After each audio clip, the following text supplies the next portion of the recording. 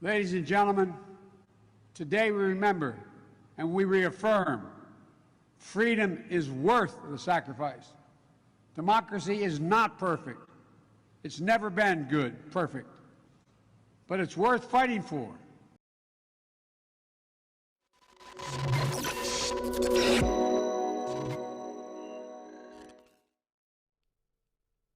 My name is Benny Johnson, and welcome to the Benny Show. Yes, Joe Biden, America and democracy has never been good. That's his message on Memorial Day in the middle of Arlington Cemetery to the families of those who've perhaps lost loved ones. You would have to assume that if they're there on Memorial Day, they're visiting the tombstones of their family members who had died in the service of, well, democracy and America and the principles for which this nation stands. And here our commander-in-chief standing there before them saying, well, you know, the principles that your loved one died for, never really been good. Never been good. Joe Biden continues to utterly humiliate. And is it a Freudian slip, or is it what he actually believes? Joe Biden, by every measure, thinks of himself as an autocrat, wishes to essentially rule this country by fiat, and believes in the elite power structures where there is absolutely no accountability for him or his family members. And we see this in full display for the renewed calls for gun control. Joe Biden is a person who has protection of the most sophisticated and technologically adept firearms on planet Earth. Have you ever been in a presidential motorcade? I actually have. I've been able to ride and move along with presidential and administrative motorcades in this country for various reports, and let me tell you a little something. It's kind of like an invasion. If you were to invade Baghdad, you wouldn't have as many guns, as many 50 cal sniper rifles, as many tactical vehicles with special operators with their guns on straps and beards sitting there ready to go. Joe Biden, his entire career, has been protected by assault weapons. Joe Biden, his entire career, has been protected by men who are strapped to the hilt with side pieces and side arms and spec ops goggles ready to go. Joe Biden's been serving in the Senate since, I think, the American Revolution. Joe Biden has always and forever lived inside of, at least for the last 50 years, a bubble of guns protecting him, himself, and indeed his family. They live inside of the protection of guns. They would never have to handle one of those dirty things themselves, but they certainly trust the people who handle the guns for them to keep them alive and to keep them well. As rightly they should. Nobody wants chaos to reign. But see, here's the thing, is not all of us are senator for 50 years or vice president or president. Some of us have to do the dirty work ourselves in the sense of protecting ourselves and our families. And if guns are available to criminals, well, then you better assume that even though the laws may state you can't have a gun, they probably will have a gun. Even though the law says you're not allowed to do cocaine or prostitution or marijuana, it's amazing, but those things still happen all around this country. And so you best be able to defend yourself and your family. It's why when we were home shopping here in Florida, I was looking for a house with a gun safe, actually, because this is a great state, a castle law state, where the onus is upon you to protect yourself and your family. Some of us don't have the elite high privilege of Joe Biden or his family, as we may remind you. Joe Biden this weekend calling for more gun control and gun confiscation. They have played their hands, and now you are able to see precisely what they're going for. It has nothing to do with taking AR-15s off the street, as Beto O'Rourke said during the Democrat presidential debates. Yes, we're going to take your AR-15s. Yes, we're going to take your assault weapons. It has everything to do with disarming Americans all the way down to your kitchen knives. Every single type of firearm available, take it all away. Joe Biden, once again, stating this, and again, on Memorial Day weekend, dishonoring the legacy of the men and women who fought and died for this country by desecrating our Constitution once more. Joe Biden saying the Constitution is never absolute.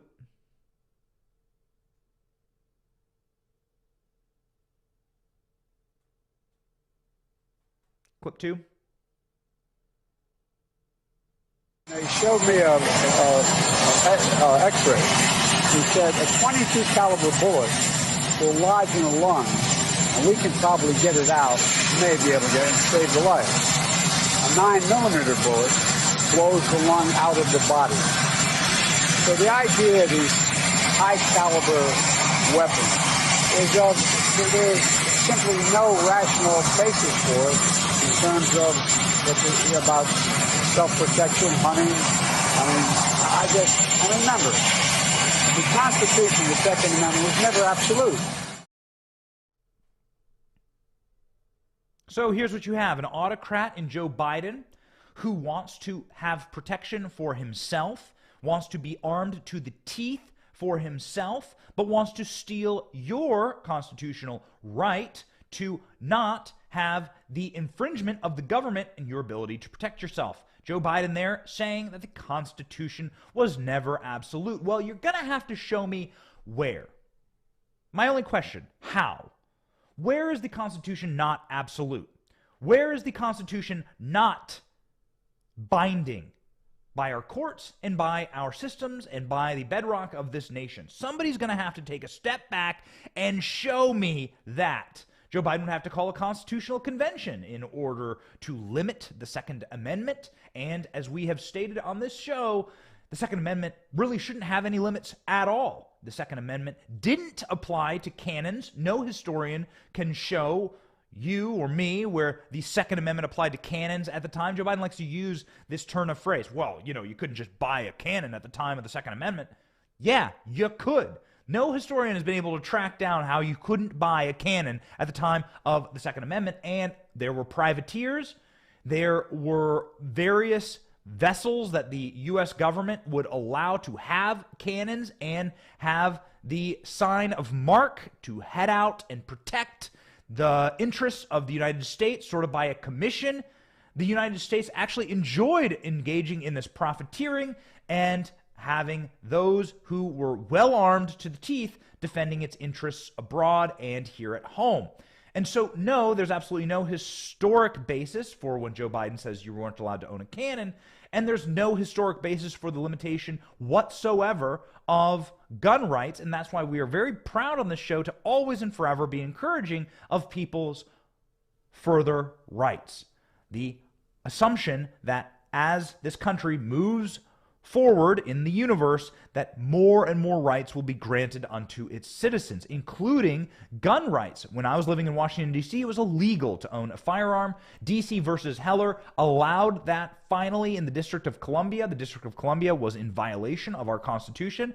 And as the Supreme Court begins to rule more and more on the Second Amendment, they seem to broaden and widen its scope instead of limiting it, which is very, very special and very cool and very in line with what our founders wanted. What they didn't want, our founders, is people like Joe Biden in charge, who has a derelict cokehead son who broke every gun law on the books. And so we ask you, Joe Biden, if you're really serious about stopping gun criminals, why don't you throw Hunter Biden in jail? It's a very simple question. Why don't you take your kid, drag him into an ATF office, and say here unequivocally, Hunter Biden engaged in illegal gun malpractice. Joe Biden's pro-gun control talking points are at odds with a standard applied to Biden's family. This according to Breitbart.com. In 2021, Hunter Biden lied to obtain a weapon. In 2018, Hunter Biden lied to obtain a weapon, failing to disclose he had a drug problem that was well documented.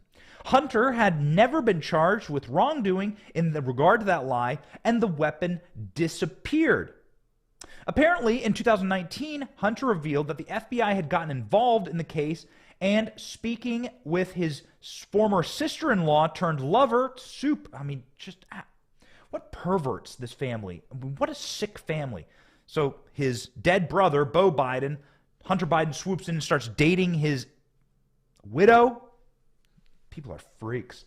Anyway, in a dispute, it turns out that his dead brother's widow took Hunter Biden's illegally obtained firearms and threw it into a dumpster at a grocery store across the street from a school. And well, let me tell you and admit to you something that I think is going to shock you.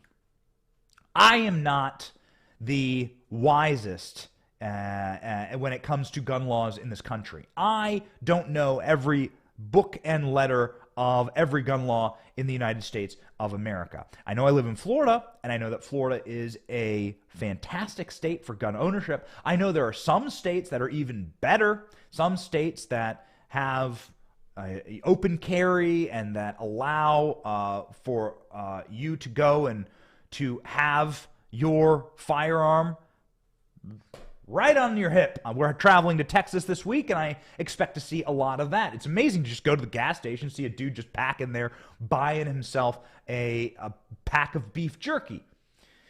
But let me tell you something that I do know. While I may not be an expert, I'm not a lawyer on all gun laws in America, I do know this, that if I were to take an illegal firearm that was in my possession, and if I were to throw it within a couple feet of a school, that I probably wouldn't see the outside of a prison cell for the next 20 years.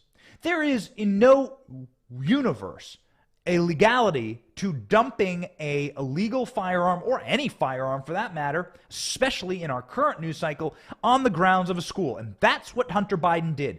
That's what Beau Biden's widow did. That's what the Biden family did. The Biden family are gun criminals. The Biden family committed gun crimes. The Biden family put children at a school in danger. The Biden family put themselves in danger and those in their communities because they have drug problems and they smoke crack and now they have guns. The Bidens are a disease, and their children are a reflection of how corrosive and disgusting and rotted these people are. The basement dummy, which is Joe Biden, is a terrible father. He has used his power and prestige to get his son out of every single potential legal obstacle that he had in his life. Hunter Biden should have been locked away many years ago. And here he is, walking around a free man. Meanwhile, you, a law-abiding, tax-paying, legal American gun owner, are going to be punished. Because some sociopath, mentally ill freak went and did something awful using a tool, which is what a firearm is. It is a tool. Tools can be used for good or for evil. We went through a lot of statistics last week talking about how violence occurs in this country. And did you know that more people are killed through fists and feet and knives than they are by rifles in America? These are the FBI's statistics, by the way, in case you want to take it up with James Comey. The FBI says that knives, regular kitchen knives, you probably have one downstairs right now. I know we got a boatload of them. Those harm and kill more people than rifles every year. And fists and bodily implements, you're kicking someone, hitting someone, using a brick. This kills more people every single year by orders of magnitude than rifles do. So here we are, ladies and gentlemen, sitting there in a bombshell story of a handgun, which, by the way, a handgun is what Hunter Biden owned. Handguns are the deadliest weapons in America. Handguns do kill more people than fists and knives. But they never really go for the handguns, do they? No. You know why? Because they'd have to put Hunter Biden in jail. They'd have to reveal to you that it's not about the scary-looking guns. It's not about the AR-15 or the weapons of war. It's about the fact that they wish to disarm you because all tyrants wish to disarm their population so that they can trod upon them. A society that would give up its liberty for security deserves neither, is Ben Franklin and wisely stated. So apparently this story gets worse for the Bidens. The estranged widow turned lover of Hunter Biden stole the gun out of Hunter Biden's truck and then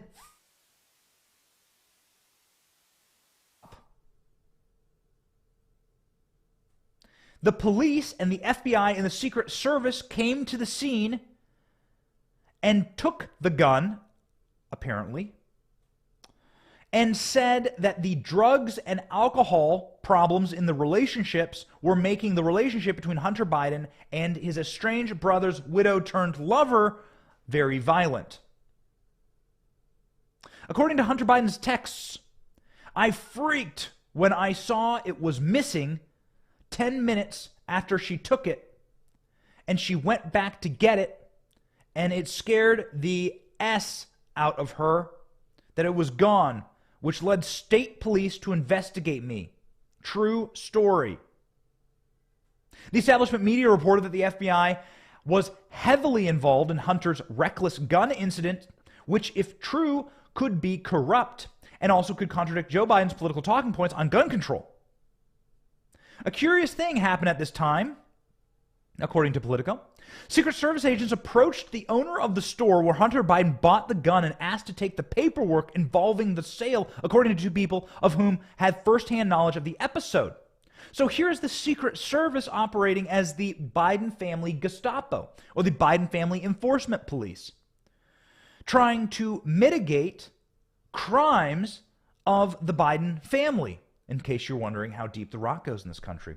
The gun store owner refused to supply the paperwork, suspecting that the Secret Service officers wanted to hide the ownership of the missing gun in case they were involved in a crime, the people said. The owner, Ron Palmieri, later turned over the papers to the Bureau of Alcohol, Tobacco, and Firearms and Explosives, which oversees federal gun laws. The Secret Service said it had no records of the agents investigating the incident. Oh, isn't that convenient?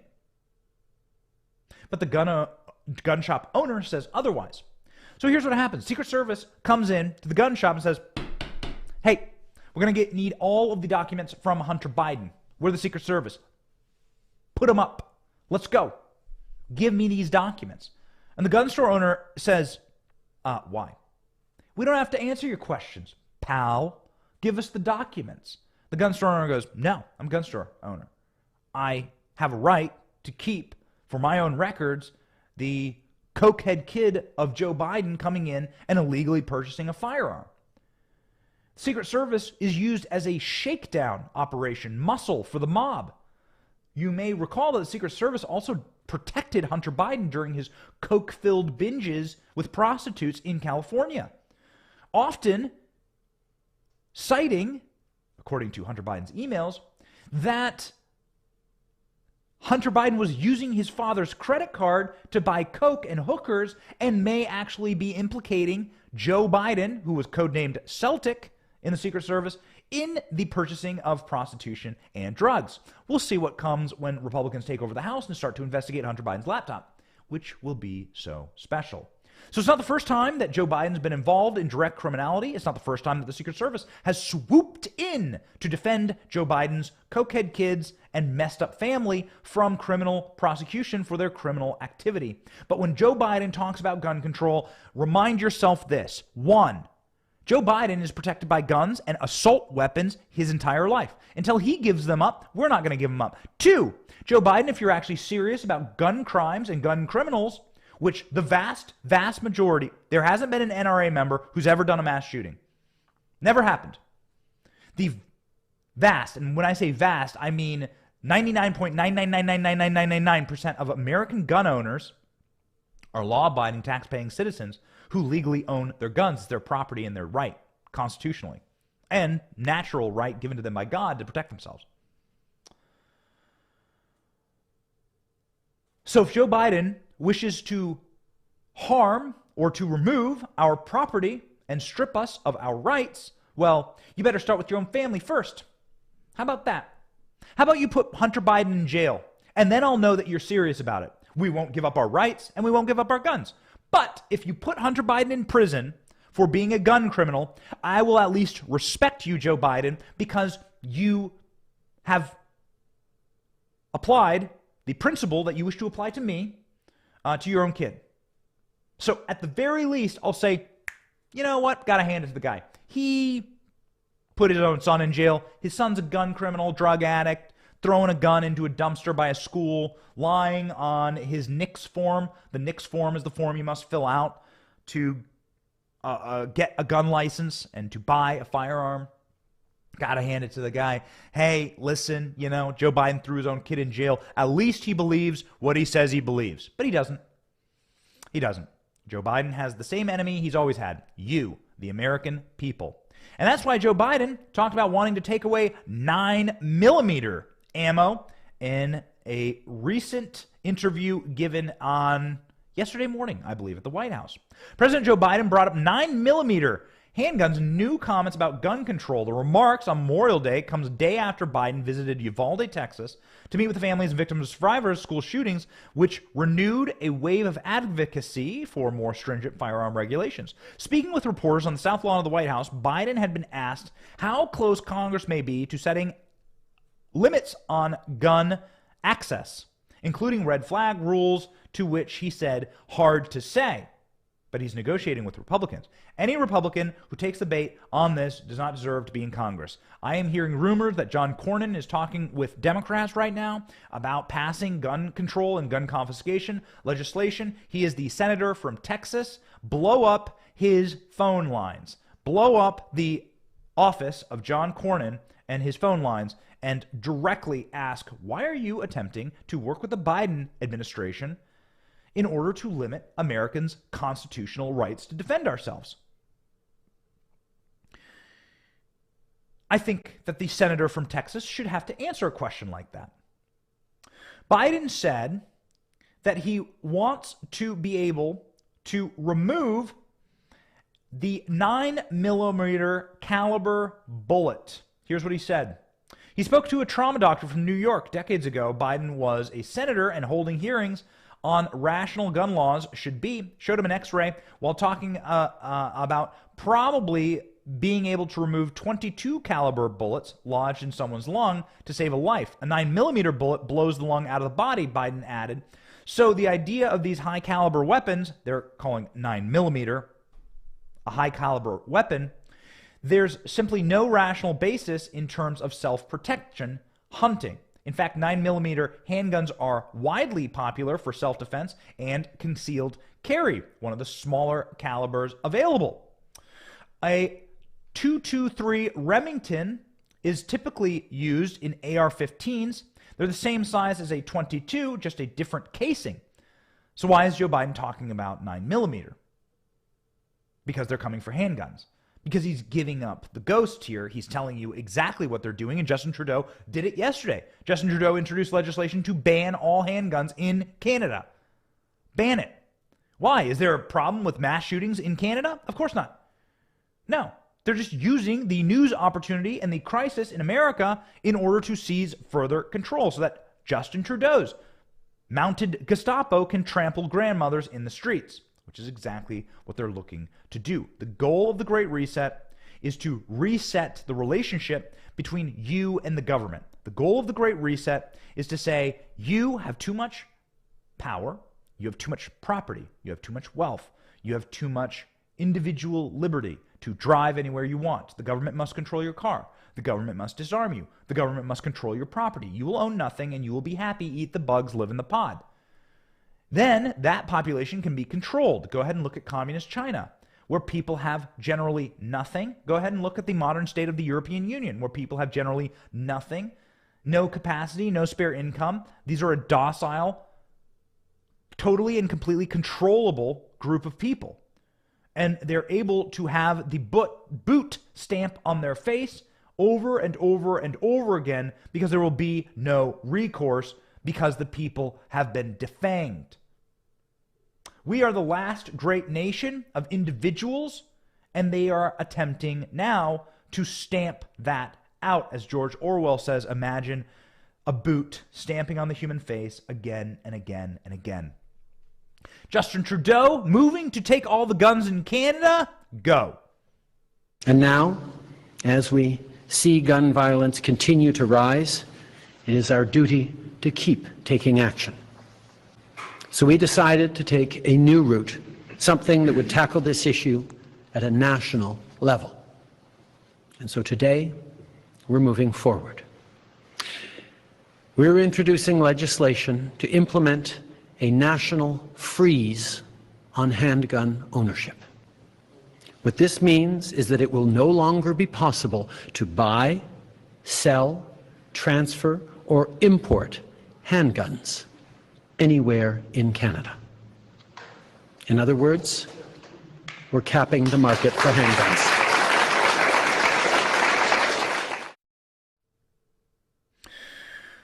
We should play and contrast that clip with the clip of special operators smashing the windows of truckers in Ottawa and using full assault weapons and tactics in order to crush a peaceful protest in Canada.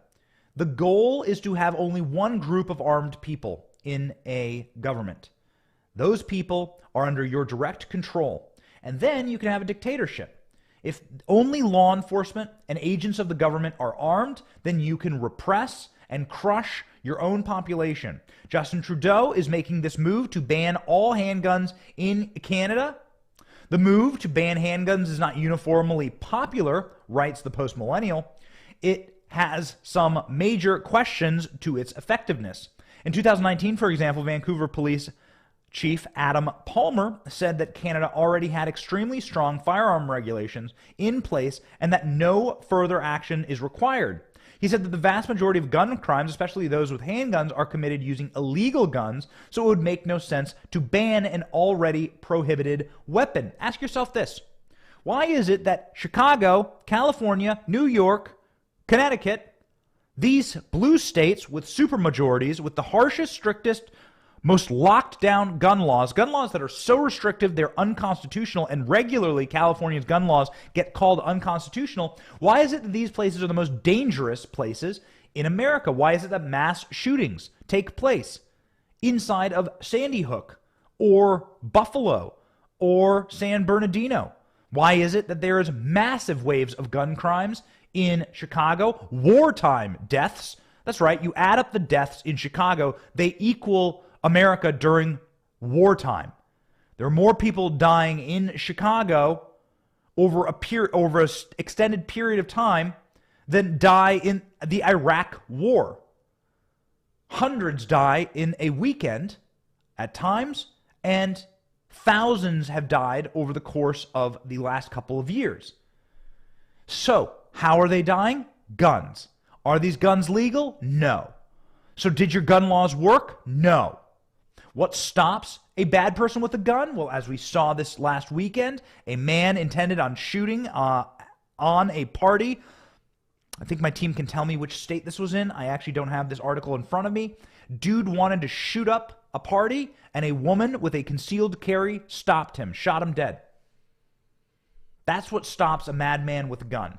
I think this was in Chicago, but I'm not actually sure. That's what stops a madman with a gun.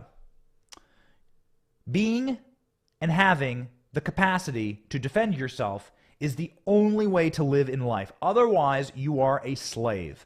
Otherwise, you are a serf. Otherwise, you will be the person who is oppressed.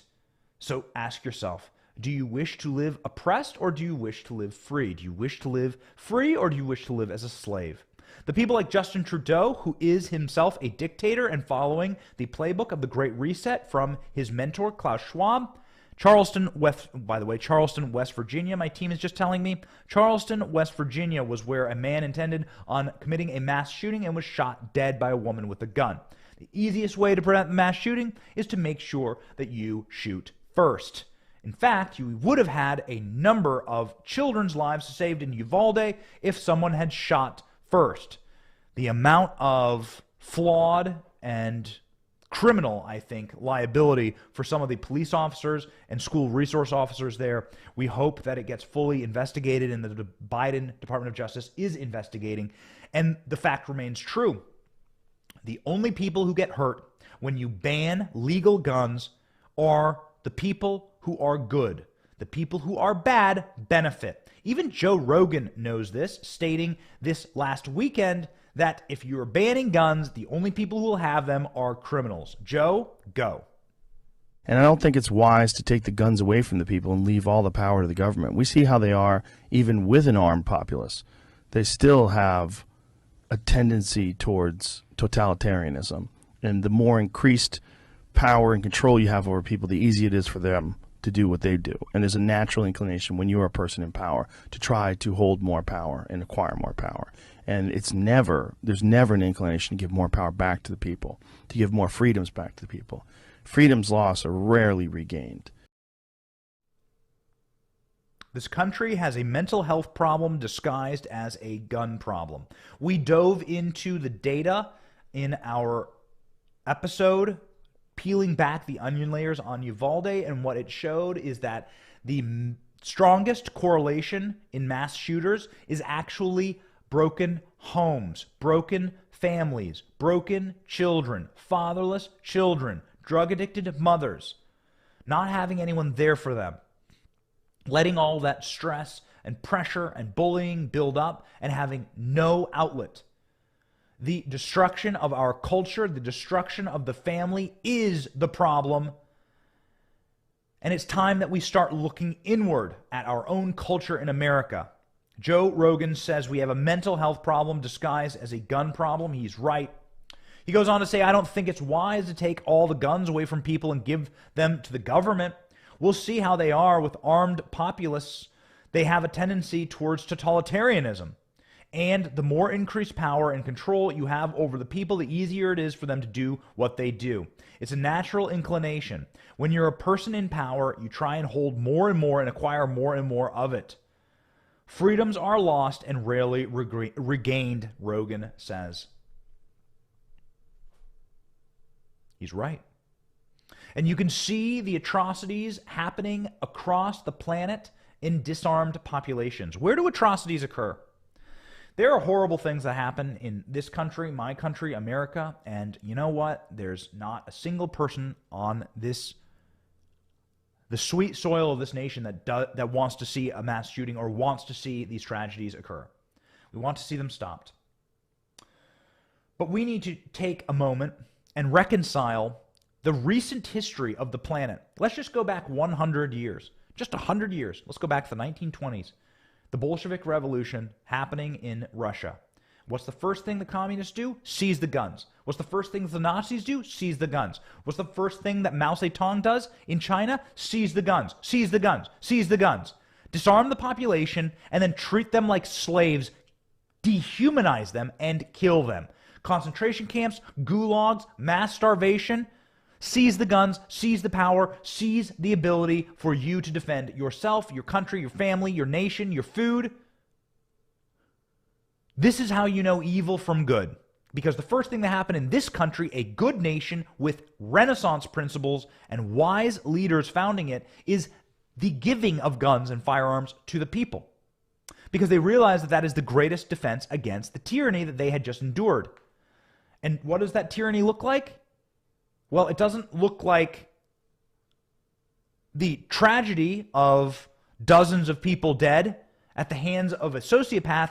It looks like the mechanized slaughter of Stalin in Ukraine. The starvation of 4 million people to death. 20 million people is estimated to have died. These are Russians, by the way, to have died under communism in Russia by the Russia government. The deaths for the German people and during the Holocaust at the hands of the Nazi regime are in the multi-millions. The deaths for the regime of Mao Zedong in communist China is estimated at 60 million.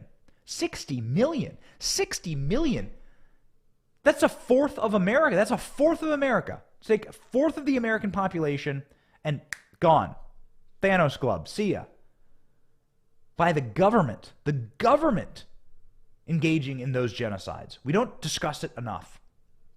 And the first step is the disarming of the population. Perhaps, and you know it in your soul, that you should not be trusting these people who locked you down during COVID, who trample your rights, who harm your children, who open our borders, who inflate our currency, who've destroyed our economy, who wish to lock you down once more. You shouldn't trust them. Even Democrats know it. And that's why you're starting to see some of the most shocking polls out yet in this cycle. Democrats at risk in districts that Biden won by 10 to 15 points. This according to Axios. The midterm outlook for House Democrats is so bleak that even members in districts that Biden won by 10 to 15 points are in danger of losing their seats, according to election experts. The Cook Political Report revised its fall House forecast for a net gain of 20 to 35 seats for Republicans. Cook shifted 10 races in the Republicans' direction and toward Democrats, with 35 Democrat seats now labeled toss-up or worse. Zoom out. This year was always going to be difficult for Democrats. Historic trends suggest the president's party typically loses seats. 23 House Democrats have announced they won't be seeking re-election. President Biden's approval rating is in the low 40s. Actually, it's in the low 30s. But suppression polls keep it unsustainably high.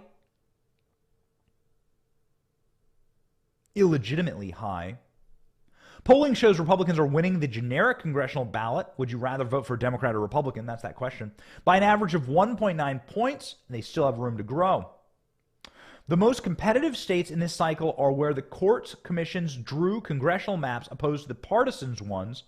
So you have had many states like New York, Michigan, Arizona, and California where you're going to see a lot of money spent because the lines have been drawn by nonpartisan commissions, thank God.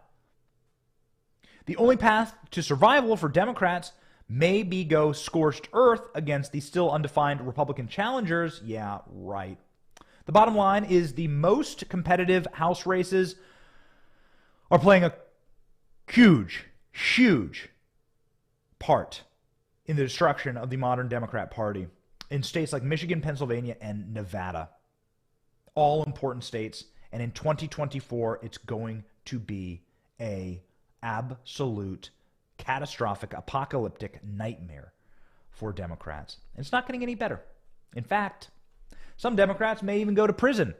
I know, Benny. You always say that Democrats are going to go to jail. Hillary's going to go to jail. Lock her up. But actually, I have on record a very powerful Democrat with the last name Pelosi going to jail this weekend. Let's end on a high note here.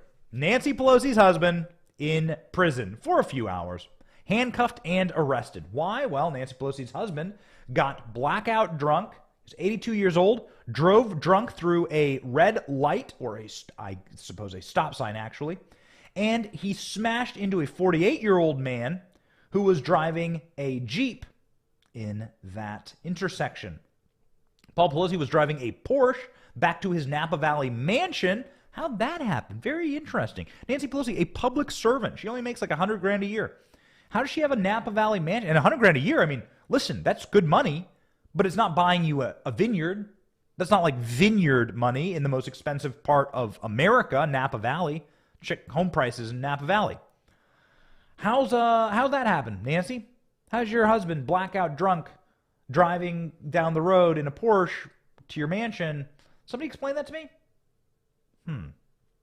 Apparently there were, thankfully, no injuries reported, but the driver of the Jeep was not arrested while Pelosi was busted at right near midnight, 11:44 p.m., and booked into the Napa Valley Detention Center. Pelosi was charged with 2 misdemeanors, driving under the influence and driving with a blood alcohol level of 0.08 and higher. He was bailed out a few hours later, $5,000 bail. Pelosi's spokesperson said she won't be commenting. But I have a comment, all the comment you need. The reason that poor Paul Pelosi was blackout drunk, driving down the road in the middle of the night, was probably because he goes to bed every night and wakes up every morning knowing that Nancy Pelosi is indeed his wife. The plot of the DUI arrest thickens, however. While the information doesn't say who was at fault yet, it's very problematic to be driving while you're drunk. You're not only endangering yourself, but you're endangering others. He's lucky that he wasn't injured and didn't injure anyone else. But what will happen to Paul Pelosi? There are various criminal charges that may come from doing this. He may lose his license. You may just have to fly private with Nancy Pelosi on her little cocktail-fueled private jet there as Speaker of the House. And again, ladies and gentlemen, not going to stop the fact that you're married to Nancy Pelosi. Sorry, Paul. Sorry, buddy. That remains a fact no matter how drunk you get. Too bad. Too bad. But, hey, listen, at least the hammer of justice fell on a member of the Pelosi family. We deeply encourage the Republican-led majority to investigate Nancy Pelosi for insider trading, which is exactly how she got all of her money. Her husband, and this will come as a shock to you, trades tech stocks. I wonder, Nancy Pelosi represents San Francisco. How does that happen? How'd they get so rich? It must be luck of the draw. Well, we are lucky on this show. We're lucky to have you as an audience. We're lucky to have you, and we are grateful for you. We are so thankful to live in this country. We are thankful to be able to do this program every single day and to be able to talk through the issues of the day. Most importantly, to be able to speak truth. And that's what we do on this show because we have our priorities right. God, family, country, that's what we care about on this show. We were born free men and women, and we intend to stay that way. And that, ladies and gentlemen, is what we are building here. My name is Benny Johnson. This has been The Benny Show. See ya.